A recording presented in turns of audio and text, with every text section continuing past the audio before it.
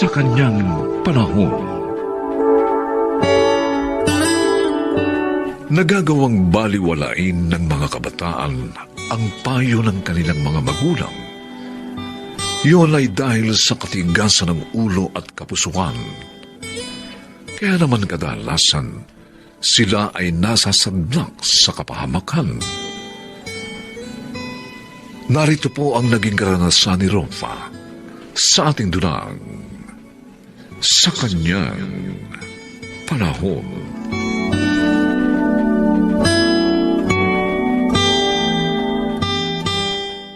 Yun ang sabi ni Kuya Elmo, Rofa. May papasok ka raw niya doon dahil kilala niya ang naghahanap ng kasambahay. Ito'y naman Oh, Ayoko nga maging katulong.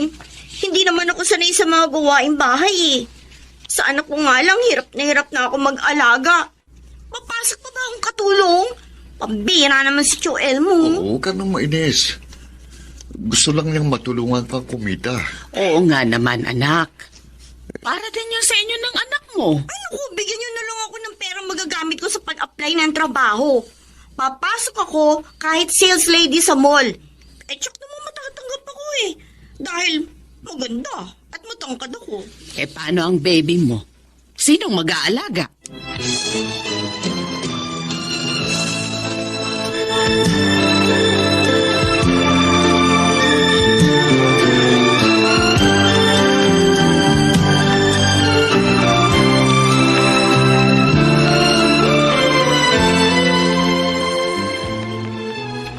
Ayaw niya.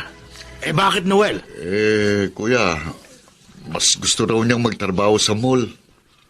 Sayang naman kasi. Doon, siguradong hindi siya mahihirapan.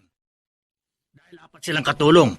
Isa pa, malaking magpasweldo si Ma'am Pilar. Mababait pa. Ayaw niya talaga, kuya.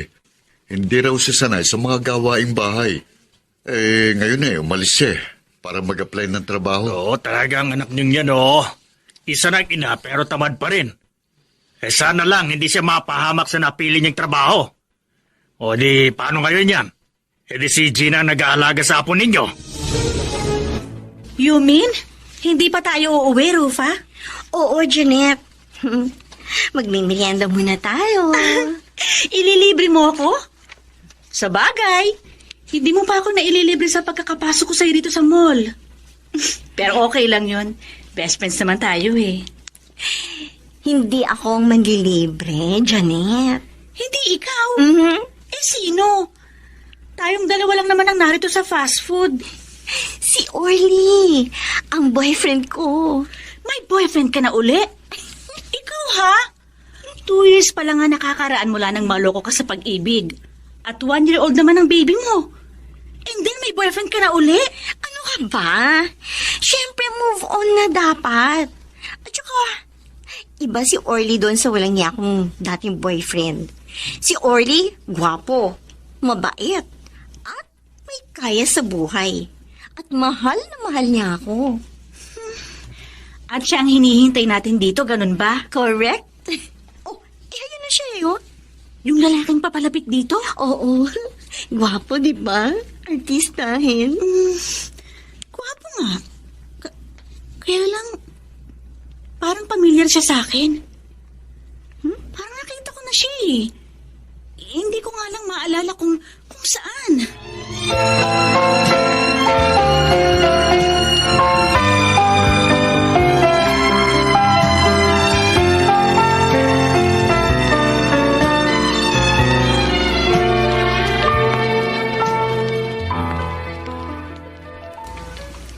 Kung ayaw mo na dito sa park, di manood na lang tayo ng sine. Tamang-tama, dahil may movie akong gustong panoorin Okay, sinabi mo Alam mo namang ikaw ang boss ko. Thank you.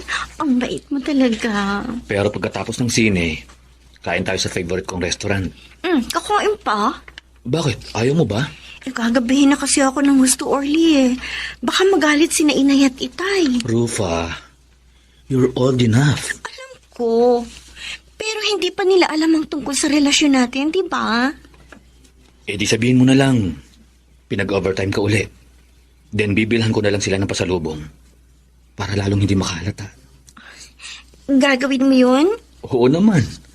Alam mo namang malakas ka sa akin eh. Kasi nga, love na love kita.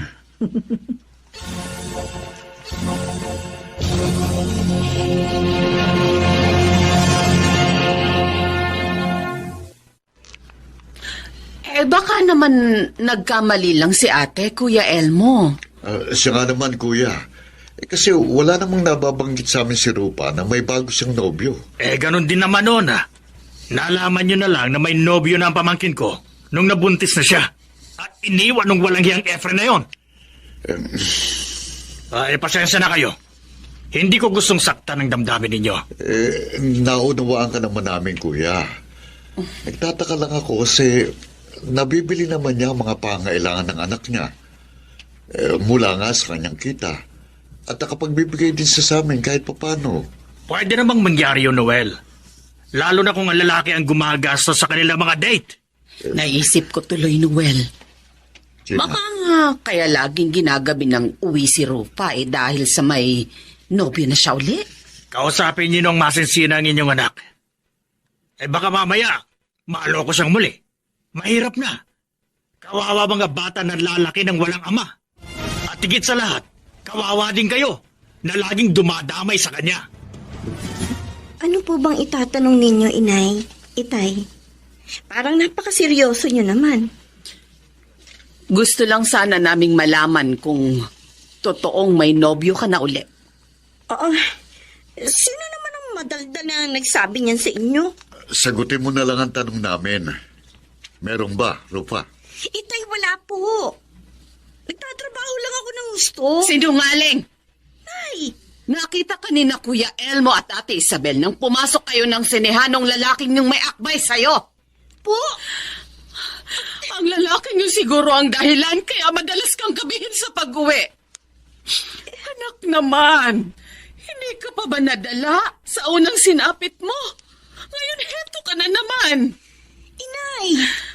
Iba si Efren at iba si Orly. Mabait at may kaya sa buhay si Orly at mahal na mahal ako. Kung ganon, may bagong nobyo ka na nga. At Orly ang pangalan. Bakit hindi mo sinasabi sa amin? At nagsinungaling ka pa. Kailan ka magtatapat? Kapag nabuntis ka ng lalaking yon at iniwan? Sobra naman kayong humusga sa kapwa. Hindi niyo pa nga siya nakikilala, ganyan na kaagad ang nasa utak niyo. Patunayan mo na mali kami. Ipakilala mo siya sa amin. Hindi na naawa sa atin. Ngayon nakikipagnobyo na naman ang hindi natin alam.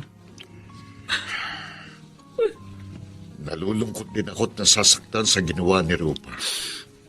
Napakatigas ng ulo niya. At siya pa ang may ganang magalit. Ngayon, hindi nga ako inimik kaninang umaga. Hindi na ba niya naisip ang mga hirap nating maibangon lang siya sa pagkadapa niya? Ako ang nag-aalaga sa ating apo. Lalo na pag may sakit yun at wala si Rupa. Noel, baka mapahamak ang anak natin. Kailangan makilala natin ang Orly na yon. Kung kailangan pilitin ko si Rupa, gagawin ko. Hindi ka dapat nakikipag-away kina Mang Noel at Aling Gina, best friend. Mga magulang mo sila. Tumulong sa'yo nung nadapa ka. At higit sa lahat, tunay na nagmamahal sa'yo. Alam ko naman eh. Nagalit lang naman ako. Dahil sa maling paghusga nila kay Orly. Isip ko tuloy, sundin na lang ang ibig ni Orly. Na ano? Na sumama na sa kanya. At magsama na lang kami. Para hindi na mapakialaman ni na Inay at Itay. Ano? Ay naku, Rufa. Yan ang wag na wag mong gagawin. Ihuhulog mo lang sa kapahamakan ng sarili mo. Janet! Bakit ka naman nagsasalita ng ganyan? Naaalala mo ba nung una mo siyang ipakilala sa akin? Di ba ang sabi ko sa'yo, pamilyar siya sa akin. Ngayon alam ko na kung saan ko siya nakita. Saan? Sa bahay ng kaibigan ng kapatid ko. Asawa siya ng kaibigan ng kapatid ko. Hindi. Rufa, may asawa na si Orly. Ay, si Inay nag-text. Hindi. Rupa, sabi ni Inay, may sunog malapit sa bahay niyo. Ano? Hindi! Si Inay! May sakit siya nang iniwan ko sila ng baby ko kanina! Joseph!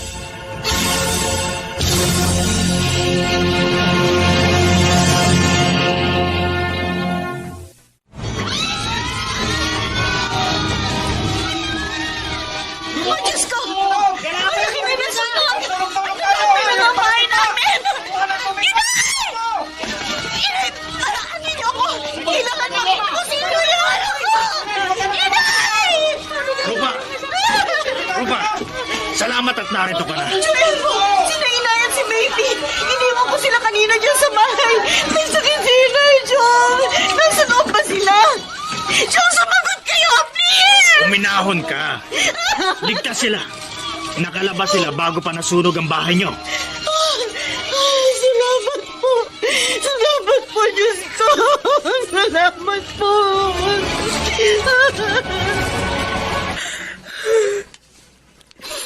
Nalulungkot ako sa nangyari sa buhay natin, Noel.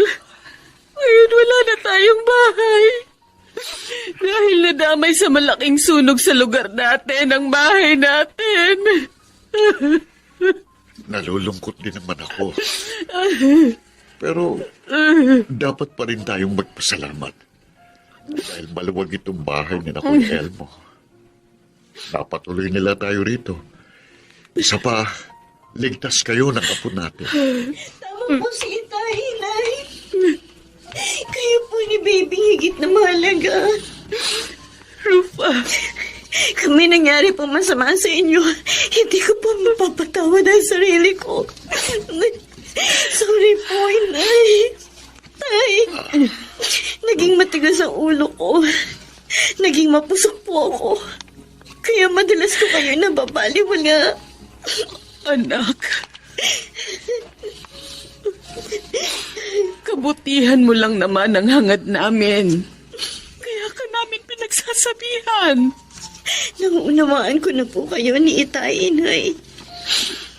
Sana po, mapatawad po ninyo ko. At pangako po, hindi ko nababaliwalayin ang inyong mga payo. Magbabago na po ako. Mga magulang mo kami, anak. At lagi kaming handang tulungan kang magbago.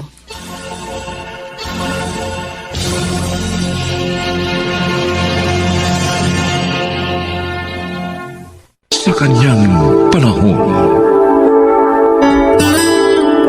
wala na nga bang puwang sa mundo ang isang taong nagkasala, subalit nais magbagong buhay?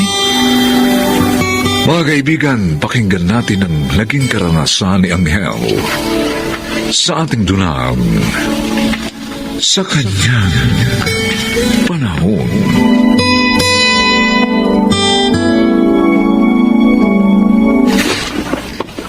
Nalayan Jael! Nakita ko siya may ID ka sa hando! Jael, nalayan na! Digot!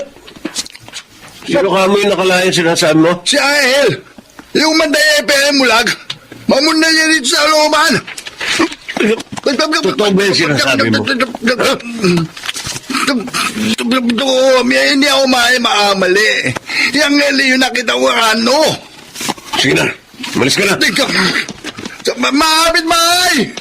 Jael, nalaya na! Jael! Nga naman. Sakto lang pala ang paglipat ko sa lugar na to. Sakto rin sa paglaya ng kinasusuklaman kong mamamatay tao. Pero bakit ang bilis niyang makalaya? Lalo tuloy akong nananabik.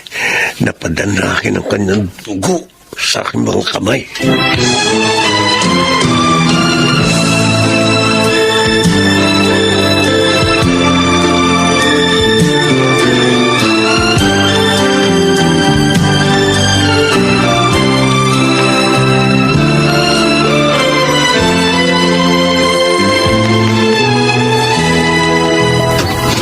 Nay? Angel! Nay, nakalaya na po ako.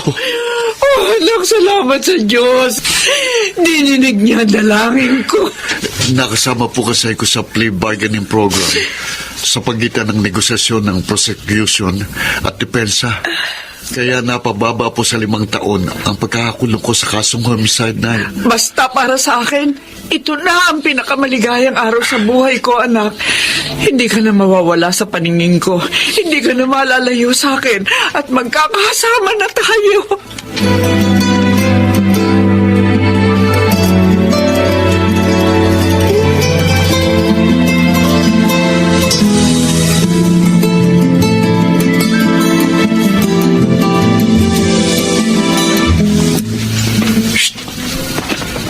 Well, Parang may tumatawag sa akin Pero wala namang tao sa likuran ko.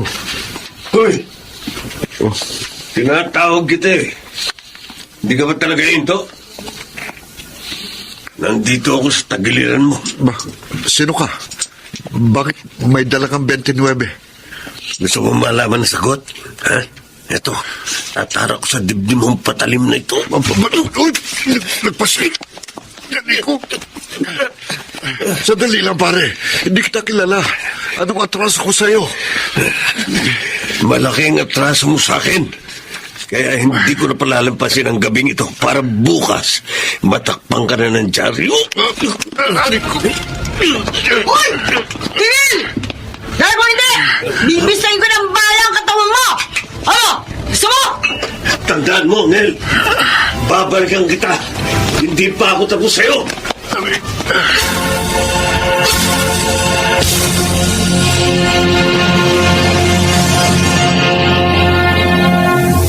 Akala ko talaga, totoong baril nga yung itinutok mo sa lalaking kong kanina. Bakal-bakalan lang to, no? Napulot ko na isang araw sa tambakan. Lagi ko nga dala-dali. Panakot sa mga taong walang ya. Gaya nga na nangyari sa'yo kanina. Sino ba yung lalaking yun? Taga rito ba yun? Sa tagal ko kasing nawala, may mga taong hindi ko na rin kilala rito. Kailan ko lang din nakikita yun dito sa looban eh. Doon ata nakatira sa lumang container van sa dead end ng patay ni Eskinita. Doon ko nga kasi palagi nakikita eh. Ang ipinagtataka ko, bakit parang kilalang kilala ko? At bakit alam niya ang pangalan ko?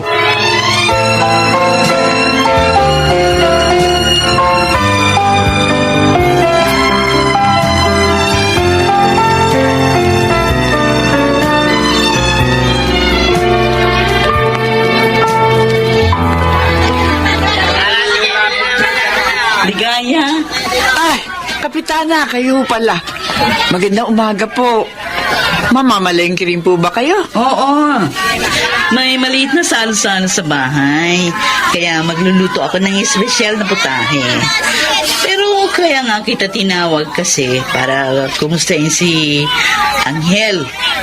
Narinig ko nga kasi sa looban na nakalaya na. Oh, maraming salamat po sa pangungumusta sa anak ko, Kapitana. Hayaan niyo po, makakarating po sa kanya. Nako'y natutuwa ako dahil napaaga ang kanyang paglaya. Alam naman po natin lahat ang katotohanan sa likod ng mga nangyari, Kapitana. Hindi langid sa akin ang sitwasyon ninyong mag-inaligaya.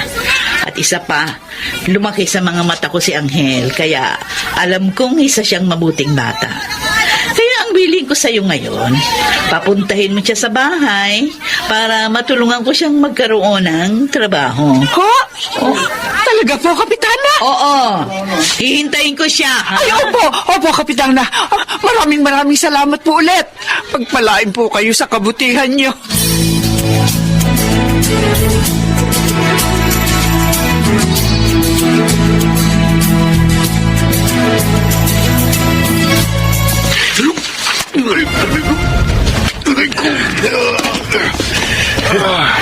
Huwag kang mag-alala, Angel. Malayo sa bituka ang saksak na pinadapo ko sa likuran mo. Mabubuhay ka pa. Kaya makakapangumpisal ka pa sa akin. Pero siyempre, patitikimin kita ng pinali. Sino ka ba talaga? Anong atraso ko sa'yo? Bakit gusto mo akong patayin? Titigan mo mukhang to. Titigan mo at hagilapin mo sa isip mo ang taong pinatay mo. Nakawangis na mukhang ito. Si Chong Pele? Oo, si Peling Bulag. Anak ako ni Peling Bulag. Pero ipinagtanggol ko lang ang mga buhay namin ni Inay sa iyong ama. Dinatnan ko siyang nasa matinding pagtatalo sila ni Inay. Nang akbanan niyang sasaksakin si Inay dahil sa matinding galit. Sinikap ko awatin siya pero ako naman ang napagbalingan niya ng galit. Nagpambuno kami at nag-agawan sa hawak niyang kutsilyo. Hanggang maagaw ko sa kanyang patalim at naisaksak ko sa dibdib niya. Hindi na mababago ng mga sinabi mo. Ang kagustuhan kong patayin ka, Anghel. Nandali na ako. Ngayon, alam mo na kung sino ko. Ipatitikim ko sa iyo ang huling tarak ng patalim na to sa dibdib mo. Sir! Sir!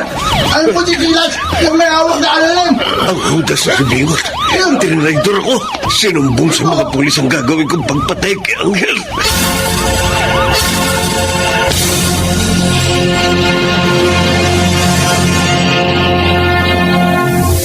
Tucci, si Angel, kumusta nga na ko?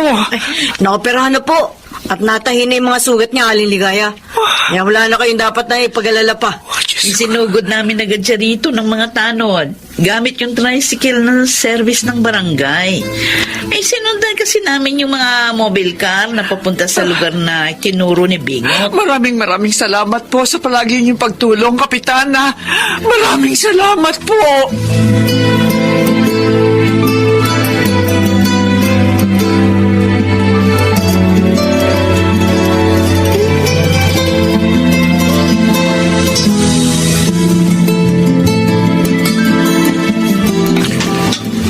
Silas, ito, dinalang kita ng pagkain sa tubig na maiinom. Bakit? Anong motibo mo? Ha? Angel? Alam ko kung gaano kahirap ang buhay sa loob ng kulungan. Hindi dapat masaya ka dahil dadanasin ko lahat ng hirap dito sa loob. Wala akong planong kasuhan ka. Kahit naman di mo ako kasuhan eh. Makukulong pa rin ako dahil sa kasong illegal possession of deadly weapon na isinampa sa akin ng mga pulis. Hindi riyan sa loob ng kulungan nagtatapos ang takbo ng buhay mo, Silas. Darating ang araw na lalaya ka rin. Sana gawin mong makabuluhan ang araw na yon.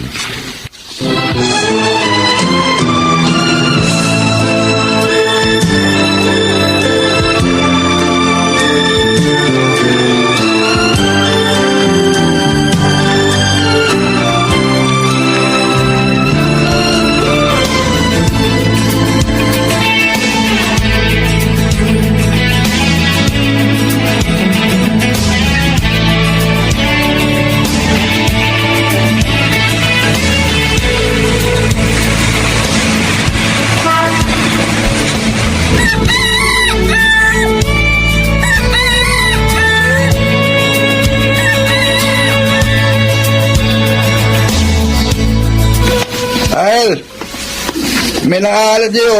Sino Bingot? Yan o. Kumusta, Angel? Ba, nakalaya ka na pala, Silas. Oo. At talagang ikaw ang unang-una kong sinadya. Pakiramdam ko kasi hindi gagaan ang dibdib ko hanggat hindi ako humihingi ng tawad sa'yo. Alam mo, mas magiging masiglang muli natin pagkikitang ito kung hindi na natin pag-uusapan ng nakaraan. Kalimutan na natin ang lahat ng pangit na nangyari sa nakalipas. Ang isa ko pa sanang hihilingin, maaari bang manatili ako rito sa looban? Nakita ko kasi yung pagmamalasakit sa isa't isa ng mga tao rito. Busilak ang kanilang mga puso. Bakit naman hindi? Hayaan mo, sasamahan kita kay Kapitana para maipasok doon sa pabrika ng tela na pinagrekomendahan niya sa akin. Magiging magkasama pa tayo roon kapag nagkataon. Gagawin mo yun para sa akin, Angel? Silas, lahat tayo may puwang sa mundong ito. At kapag natagpuan na natin yun, gawin natin ang nararapat. Hindi lang para sa ating sarili, kundi maging sa mga taong nasa paligid natin. Laging may puwang para sa pagbabago.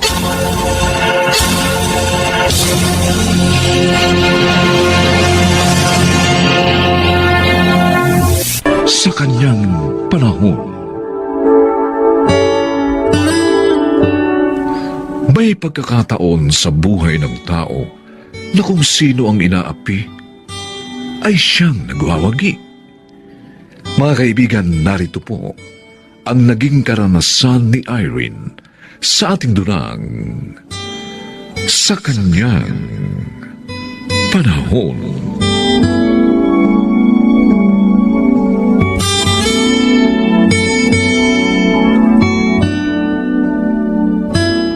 Salamat, Kuya Fred. Talagang hindi ko na alam magagawin ko eh. Wala naman akong trabaho para bayaran pa itong bahay na inuupahan namin ni Inay. Kaya nga doon ko na kayo pinatitira ni Inay. Sa bahay namin ng hipag mo. Malaki naman yun eh. At yung perang itutulong ko sa inyo, gagamitin na lang natin sa pagpapagamot ni Inay at sa pag-aaral mo. Salamat ulit, Kuya. Alam na ba ito ni Ate Wilma? Okay lang ba sa kanya?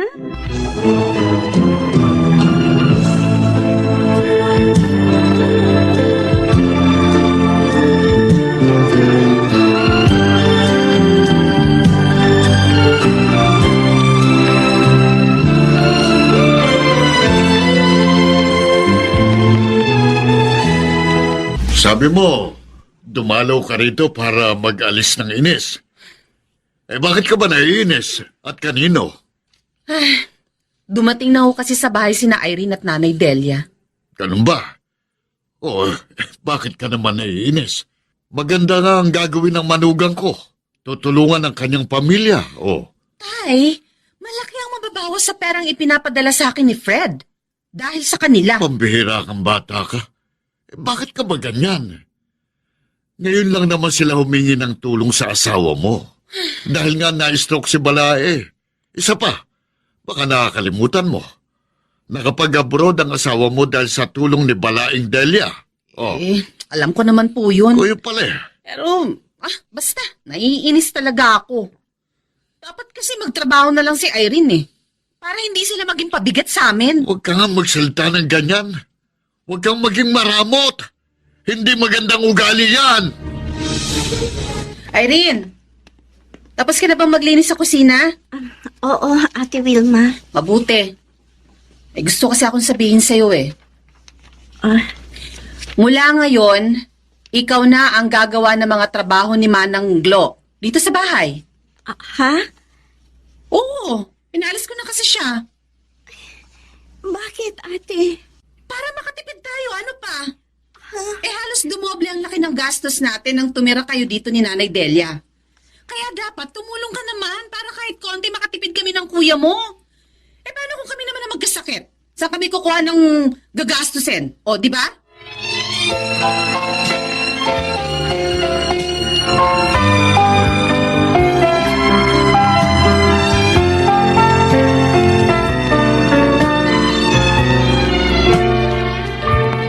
Magandang hapon po, Aling Delia.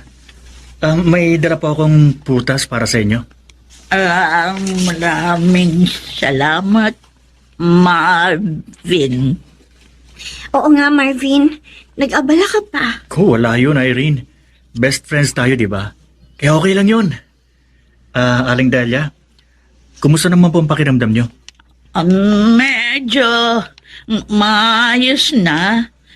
Kasi naipagamot ako ni Fred. Ay naku, salamat naman. Kaya nga kahit nahihirapan ako sa mga gawain dito, nagtitiis ako para maipagamot si Inay. Bakit, Irene? Nagkakaproblema ka na ba sa pag-aaral mo dahil sa mga trabaho mo dito sa bahay ng Kuya Fred mo? Oo, Marvin. Kaya nga umalis na ako sa teatro namin eh. Pati na rin sa dance group. Kasi wala naman akong time para mag-practice. Naku, sayang naman. Di hindi ka na makakasama sa mga performance nila. Hindi bale. Ang mahalaga, gumaling si Inay.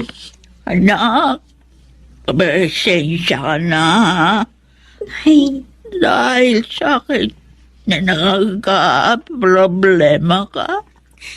Inay, wala po kayong kasalanan.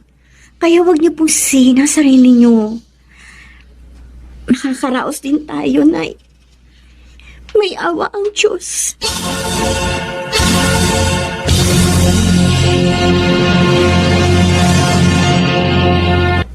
Totoo, Irene. May talent scout na kaibigan ng ate ko at naghahanap siya ng isasali sa search for a new star. Yung bagong contest sa isang TV station? At ako ang naisip mong isali? Oo, dahil mahusay kang umarte. Mahusay ka bang sumayaw at kumanta? Sigurado, kayang-kaya mo yun. Puro magagandang sumasali sa ganung contest, Marvin. At saka, wala naman akong magagandang damit at sapatos. Maganda ka naman eh. Magtiwala ka lang kasi sa sarili mo. At tungkol naman yan sa mga isusuot mo, bahala na raw si ate at ang kaibigan niya sa'yo. Ang gusto lang naming malaman, gusto mo ba? Nako, Fred. Sayang lang ang pagpapaaral natin dun sa kapatid mo. Pakikipagnobyo lang ang inaatupag. Totoo bang sinasabi mo, Wilma? Oo naman. Bakit naman kita lolokohin? Kaya nga wala dito ngayon na magaling mong kapatid. Ayon, sumama sa boyfriend. Bakit hindi mo pinigilan? Hindi naman makikinig yun eh. Matigas ang ulo ni Irene. Kasi kinukonsente ni Inay Delia. Ay, naku. Ano ba naman si Inay? Ay, kaya nga Fred. Patigilin na lang natin sa pag-aaral niya si Irene. Sayang lang ang perang ginagastos sa kanya. Paglalandi lang naman ng ina at tupag niya. Bakit mo naman sinabi kay Kuya Fred ang gano'n, ate? Hindi ko naman nobyo si Marvin. Sinungaling? Napaka-close niyo kaya. Tapos sasabihin mo hindi mo nobyo. Dahil yun ang totoo. Oh, Oo, sumama ako sa kanya kahapon. Pero yun ay dahil sa tinulungan nila ako na ate niya na makasali sa Search for a Star contest dun sa isang TV station. ang husay mo namang gumawa ng kwento. At palagay mo maniniwala ako? Pero yun ang totoo, Ate Wilma. Ay, tama na. Nakapagpasya na kami ng kuya mo. Titigil ka na sa pag-aaral. Para naman hindi masayang ang pera namin. Bakit ka ba ganyan, ate? Nagsisipag naman ako sa mga trabaho dito, At wala rin akong back subject. Pero bakit pinangihinayangan mong pera yung tinutulong ninyo sa amin? Dahil may asawa ng kuya mo. At dapat para sa amin na lang ang pera niya. Pero dahil hindi ka nagtatrabaho, kaya nakakabigat kayo ngayon sa amin. Makaramdam ka naman.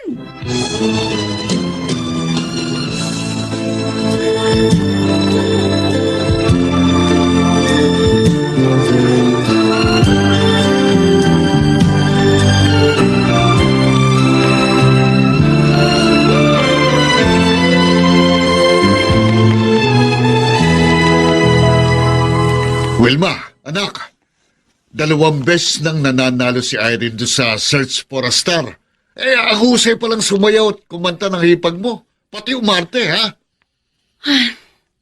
Alam ko po, ang laki pa nga ng napanalunan niya eh. Oh, Bilib na bilib nga yung mga kapitbahay namin sa kanya. bakit ka bumuntong hininga? Para ho kasing napapahiya ako sa sarili ko. Bakit naman? Kasi po, ako ang dahilan kaya nahinto sa pag-aaral si Irene. Ano? Nahinto siya sa pag-aaral? Akala ko po kasi nobyo niya yung Marvin. Hmm. Sinabi ko kay Fred na pahintuin na lang siya. Yung pala, best friend lang naman pala niya si Marvin. Parang alam ko na kung bakit mo sinabi yun sa asawa mo. Dahil nangihinayang ka sa perang ginagastos nyo. Kasi naman itay, Pambira ka akala naman, ko... anak. Bakit mo ba pinagdadamutan ng pamilya ni Fred? Kung sa akin kaya nangyari kay Balaing Delia, gusto mo bang pagdamutan din ako ng asawa mo? Siyempre po, hindi. O, gano'n naman pala Dapat, hindi mo ginawa yun kay Irene. Naku, anak. Ituwid mo ng pagkakamali mo habang may panahon pa. Baka mamaya, hiwalayan ka ng manugang ko Tay, kapag nalaman niya mga ginagawa mo.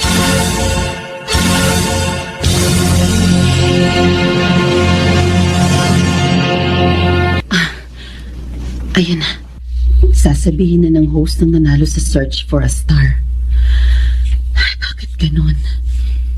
Parang kinakabahan ako. Ayun si Nanay Delia. Tahimik lang siya nakatitig sa TV. Pero halata ko na excited siya. Ayan na. And now, ang makatatanggap ng 1 million pesos, a brand new car, a condo unit, and 1-year contract with Golden Productions. Our new star, Miss Irene Cordova. Nanalo! Nanalo nga ako! Nanalo si Irene! Wilma! Nanalo ang hipag mo! Oo nga, Inay. Nanalo si Irene. At artista na siya ngayon. At mayaman na. Salamat po! Rininig mo po kami!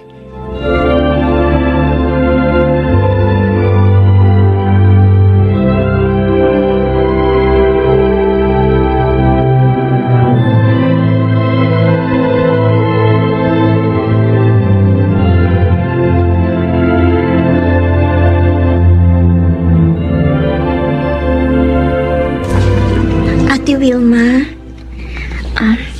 magpapaalam na kami. Aalis na kami ni Inay.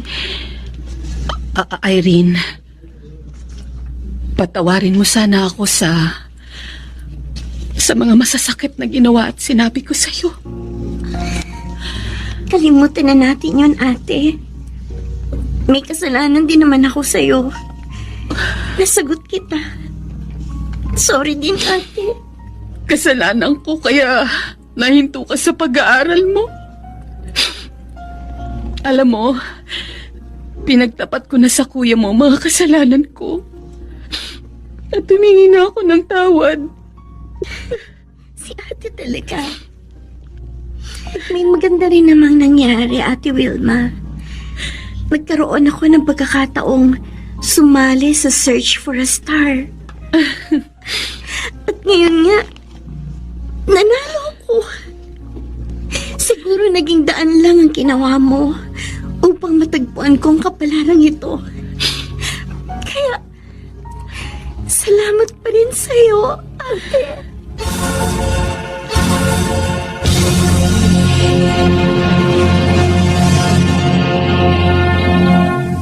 Sa kanyang panahon, sino nga ba ang dapat sisihin kung bakit napapariwara ang isang anak? Kasalanan ba ito ng kanyang mga magulang? Mga kaibigan, narito't ating pakinggan ang naging karanasan ni Jimbo sa ating dulang sa kanyang panahon.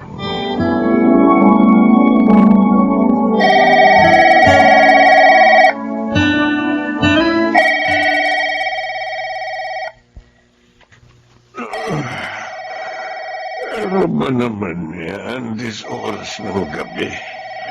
Nasa harapan ng tulog nang iistorbo. Olivia.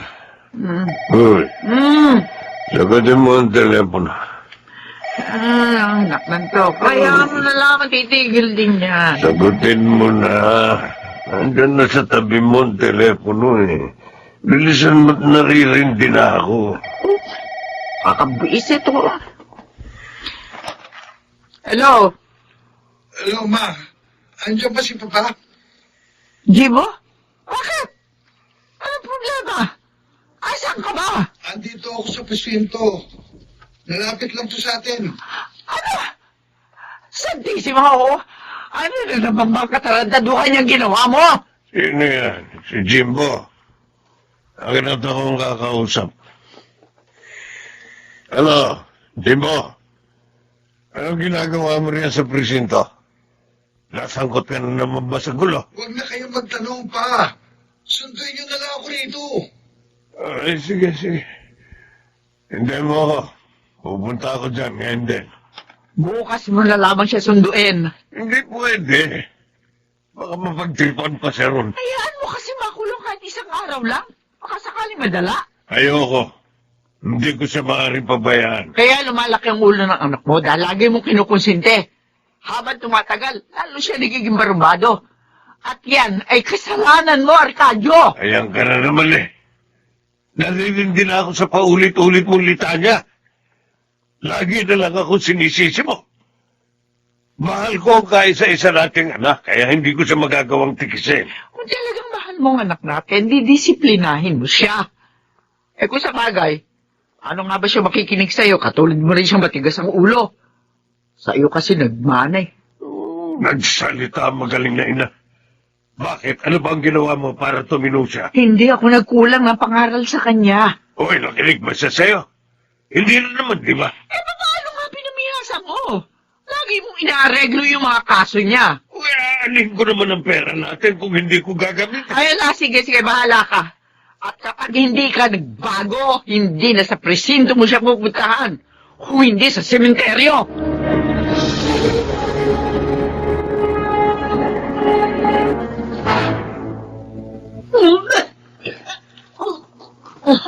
Hoy! Ano nangyayari sa'yo? Wala po kay man ito, ma'am. Baka may nakain lang ako. Kung ano dyan. Papatin mo ako sa ring. Ano ba talaga nangyayari sa'yo? Buntis ka ba? Malakas ang kutob ko. Kaya huwag kang magkakaila. O ano? Bakit hindi ka magsalita dyan? Buntis ka, no? Hindi ko naman po ito ginusto. Nasa lang niya ako. Magtatatlong buwan na po niyo ako pinagsasamantalahan. Hindi naman po ako makapagsumbong kasi pinagbabantaan niya ako. Sino ba sinutukoy mo nagsasamantala sa'yo? Si Sir Jimbo po. Ano? Diyos ko naman! Malala na talagang anak kong yun!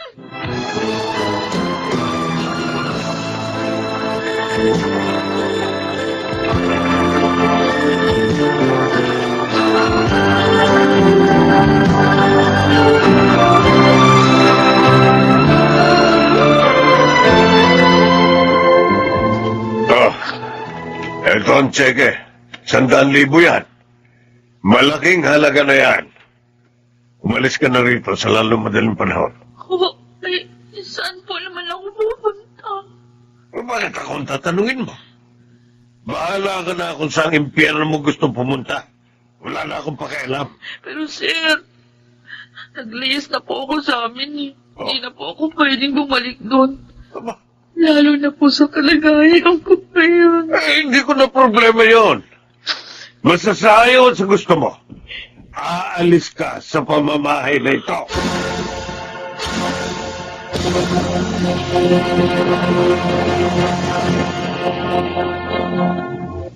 Wala ka talagang patawad, Jimbo. Pati kasambahay niyo, pinatos mo. Kahit kasambahay lang yun, masarap sa kama yun. Yun nga lang, nabuntis, kaya pinalaya si Papa. Hindi ka ba nakukonsensya? Anak mo pa rin yun. At apo ng mga magulang mo. Ano ba bago? 2 na kaya ang anak ko sa labas, pero hindi ko naman sila inargapyado. Dahil malaki ang ibinayad sa kanila ni Papa. Jimbo, ito tatandaan mo. Hindi lahat ng bagay mabibili ng pera. Eh di tignan natin. May nakita nga akong bagong prospect. Ayun oh. May ilang babae doon sa kabilang mesa. At type ko yung nakapula. Ang ganda. At ang puti. Oo nga, no? At ang gaganda rin ng mga kasama niya. Yeah. Puntahan natin. Panibagong putahe ito. Huwag na. Mukhang bigatin ng isang yan, oh. Sa tingin ko, hindi mo yan kaya. Oh, para namang hindi mo ako ilala. Wala pa akong ginusto na hindi ko nakuha. Hindi ka na. Jimbo, Hi, girls. Pwede ba kaming makijoin sa inyo? Sorry, may mahalaga kaming pinag-uusapan eh. At for the girls lang to. Mas maganda kung hahaluan nyo rin ng mga boys para mas masaya. And I guarantee you, mag-i-enjoy kayo sa amin. Hindi ka ba marunong umintindi? Ang sabi ko, for the girls lang, kaya bawal ang lalaki. Hindi namin kailangan ng mga sungot. Suplada ka. Hindi ko gusto ang tabas ng tila mo. Dahan-dahan ka ng pagsasalita. At bakit? Dahil hindi mo kilala, binabastos Jimbo, mo. halika na, halika na. Ayoko nang masangkot ulit sa gulo dahil sa'yo. Kaya umuwi na tayo. Ka na, ha?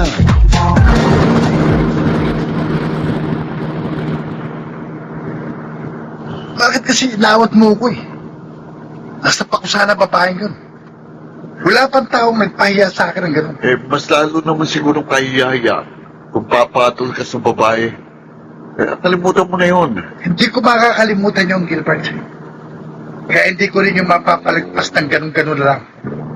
Lintik lang ang walang gabi. Mukhang may masama ka na naman binabalak, ha? Basta just wait and see. Tingnan ko lang kung makapagsuplada pa ang babaeng yun sa gagawin ko.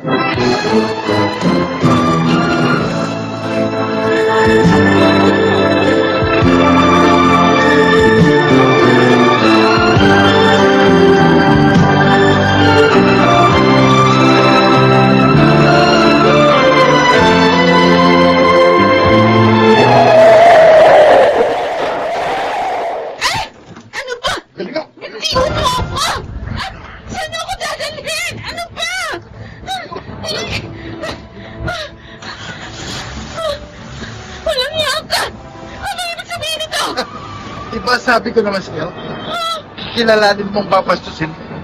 Kaya humanda ka. Tingnan ko lang kung hanggang saan ang kasuplataan mo.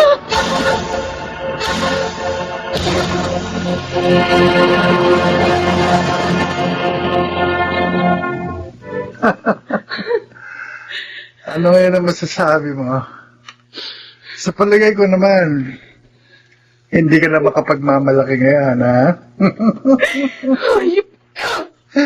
Babayaran mo ito! Sinusumpa ko!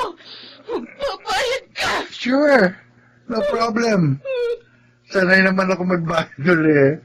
Magkano ba ang puri mo? Ha? 1 milyon? 2 milyon? Sabi mo presyo mo. Nadali akong kausap.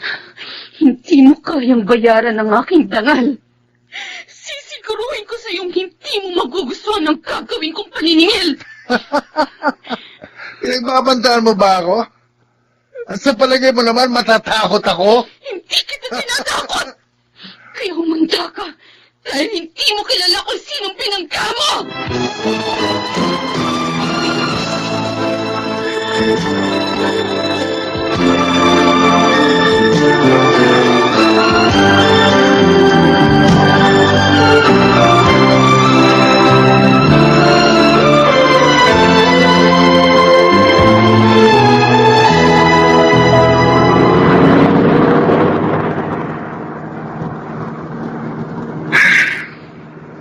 Tatlong linggo nang nakalipas.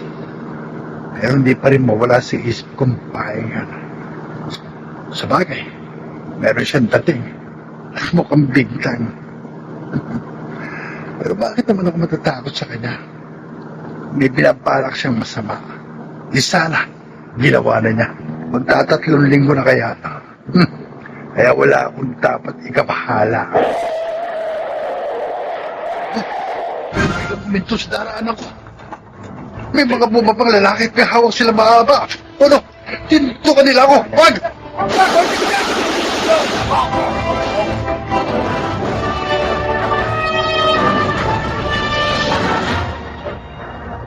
Wala ka bang idea kung sino may kagagawan nun? Siya nga naman, Gilbert. Kayong dalawa lagi magkasama. Ilang beses ko na pong nakausap ang investigador dahil tinanong niya ako. At malamang pong may kinalaman ng huling babaeng inabuso niya. Bakit? Sino ang babaeng yun? Napag-alaman ko pong anak siya ng isang gobernador. Yan ang nga ba sinasabi ko? Nakahanap ng katapatang barumbado mong anak, Arcadio. Sino, Gilbert? Sinong gobernador na yun? Ipag-iiganti ko ang aking anak. Tama na, Arcadio. Tama na. Nawalan na ako ng anak. Kaya hindi ko nakakayanin kung mawalan din ako ng asawa. Tama po si Tita. Wala po kayong laban sa isang gobernador. Kaya ipaubaya na lang po ninyo sa batas ang kasong ito.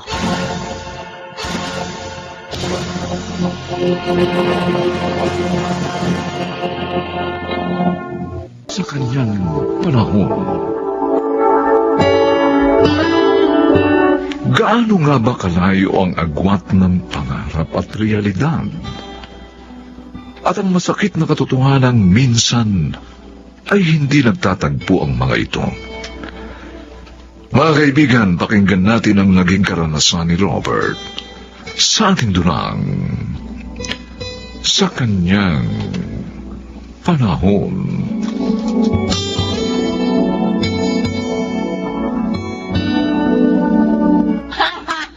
Ang hirap naman kasi sa'yo, Robert, eh. Kaya lang naman ako sumama sa'yo magmerienda ng banana Q at sa malamig. Inisip mo agad, tayo na, ha? Hindi ka naman sasama sa akin kung ayaw mo sa akin, di ba? Ano ka ba? Lahat ng lalaki nag-aaya sa akin, hindi ko tinatanggihan. Kaya lang naman ako sumasama sa'yo kasi ayoko ma-depress ka. Mukha ka nga kasing may suicidal tendency. Seryoso ako. Ano? Gusto kita. Mahal kita. Ikaw ang babaeng pangarap kong makasama sa habang buhay. Ay, Robert, pwede ba? Huwag mong seryosohin ang buhay. Walang permanente sa mundo. Kagaya ko, walang permanenteng pangarap. Kaya huwag kang mapapraning sa akin.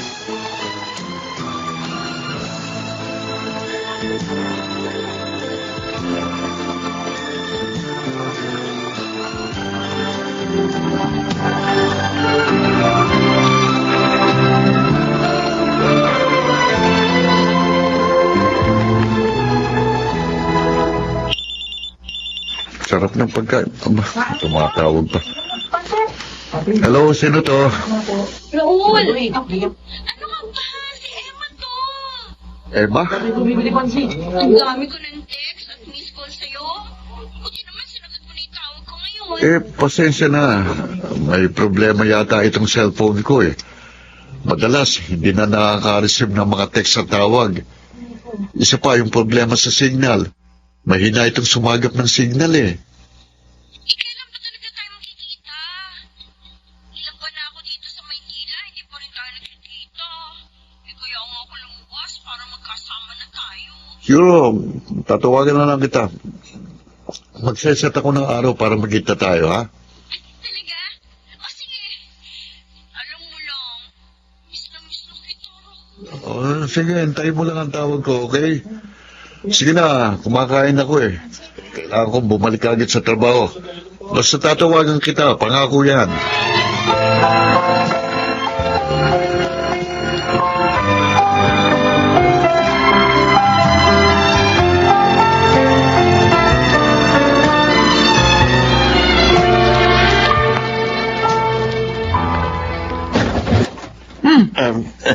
Ikaw na naman?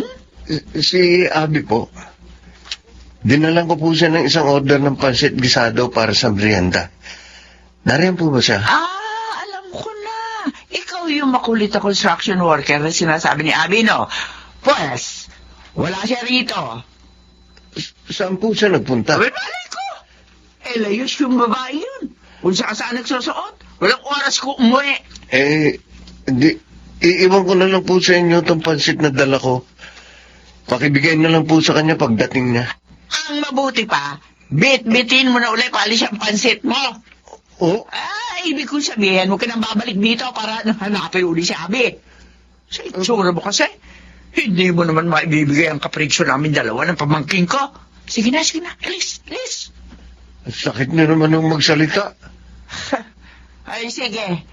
Dahil makulit ka at para hindi ka na magpabalik-balik pa rito para hanapin si Abby, puntahan mo siya sa isang nightclub doon sa Ermita. Ano pong ginagawa niya ron? Doon siya nagsasayaw ng humot-humad.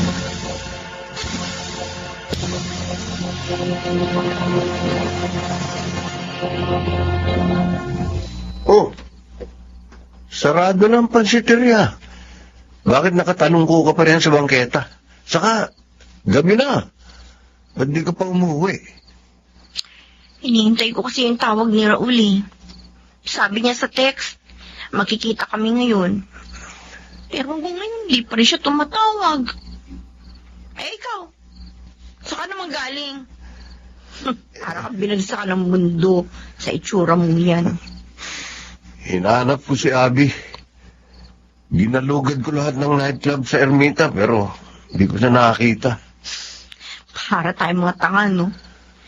Ako naghihintay sa malabong pangako ng isang lalaking hindi ko alam kung saang lupalop ng Maynila naroroon.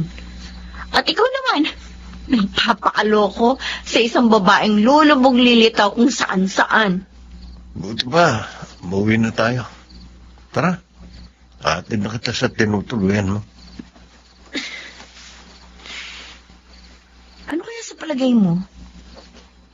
Magkikita pa kaya kami ni Raul? Matutuloy pa kaya yung kasal namin na naumsyami sa probinsya? Hindi ko alam. Ako man, hindi ko alam ang katayuan ko sa puso ni Abby. Siguro hindi pa ito ang tamang oras para mabigyan na ng kasagutan ng mga katanungan natin. Kailan pa kaya magkakaroon ng kasagutan itong lahat ng ito, no? Kapag patay na tayo? Kapag tapos na ang mga buhay natin?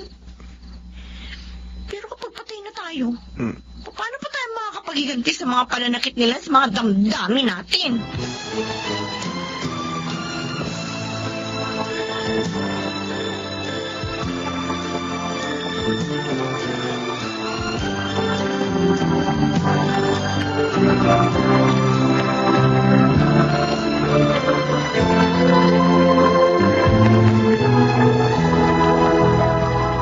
Uy! Ando ngayon ang pamangkin ko. Daming pera. Eh kasi nga, makwarta yung negrong naglabas sa akin. Oh, parte niyo, Chang. Marami rin manin yung pansugal. Thank you, thank you. Aba, kung palagi tayong ganito. Saya-saya. Meron pa ako isang target, Chang. Medyo binubola-bola ko muna. Matandang inchik yun. Oh. Na maraming kondominium. Huh? Oo.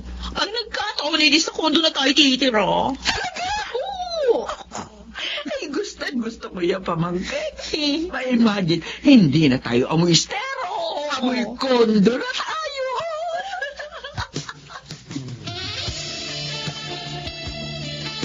Galing naman ang Abi, halika na. Halika na, itigil mo na yung pagsasayaw mo ng hubad-hubad. Iuwi na kita. Hindi ba mo ako nasasaktan ako eh? Bakit ba? Nagyari dito, anong problema mo? Masyado mong pinabababa ang pagkatao mo sa lugar na to. O ano ba kasi pakialam mo sa pagsasayaw ko ng hubad-hubad? Dito ako masaya. Dito ako nagkakamal ng pera. Hindi lang pera ang nagbibigay ng kaligayahan sa tao, Abi. Mas mahalaga ang dangal, ang dignidad. O pues sa akin, pera ang mahalaga. Matagal ko nang binula sa pagkatao ko yung dangal at dignidad na sinasabi mo. Yan mo, di ba tantanan mo na ako? Pati trabaho ko may nabisit mo eh. Abi, mahal kita. Mahal na mahal kita. O yan na. Bakit hindi mo maunawaan yun? Sige, palisin mo yung lalaki. Ano bang gagawin to? Bigla na pumasok dito sa loob ng gulo. Pero, Oo, bahala ka na dyan. Bigyan mo ng leksyon. Kung gusto mo, iligpit ko na para hindi ka na niya magulo rito sa nightclub. Abi, Wag. Masasabit ako. Magbusargahin mo lang yung mukha. Lalim mo yun, ha? sandali. Pasabugin ko na lang daw ang mukha mo. Kaya pamamagain ko talaga ng magang-magay ang mukha mo! Pero alam mo, gusto na kitang utasin, ha? Nagtitrigger yung killer instinct ko sa sobrang gigil ko sa'yo. Isang kalabit ko lang sa baril na ito. Nakita mo? Utas ka!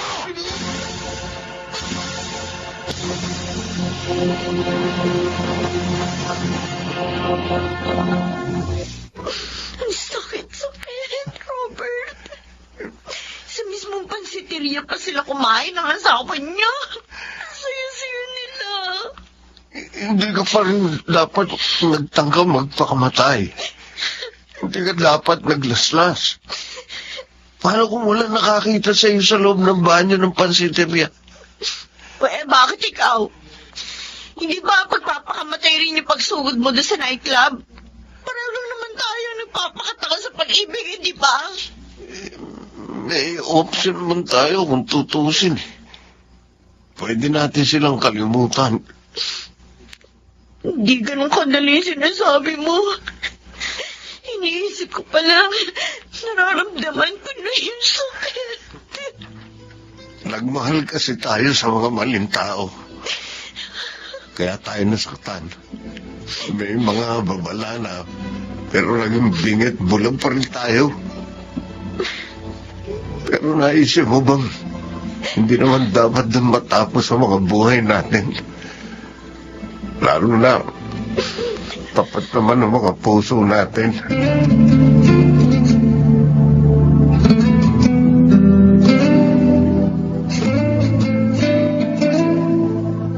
Robert! Uy, Emma! Nandaan ka rito sa site. May take-out order kasi na malapit lang dito. Ako na naghatid. Para kasi may abot ko na rin sa iyo itong pansit na binalot ko. Pang merienda mo, mamayang break time nyo. Salamat. Hindi na ako mangungutang sa karinderya. Siya nga pala. Oh, kumusta na mga sugat mo? Naghilom na. Sana katulad din ng paghihilom ng sugat sa puso mo, no? Naghahanap pa rin ako ng mga kasagutan. Siguro, huwag ka lang manatiling nakalingon sa nakaraan.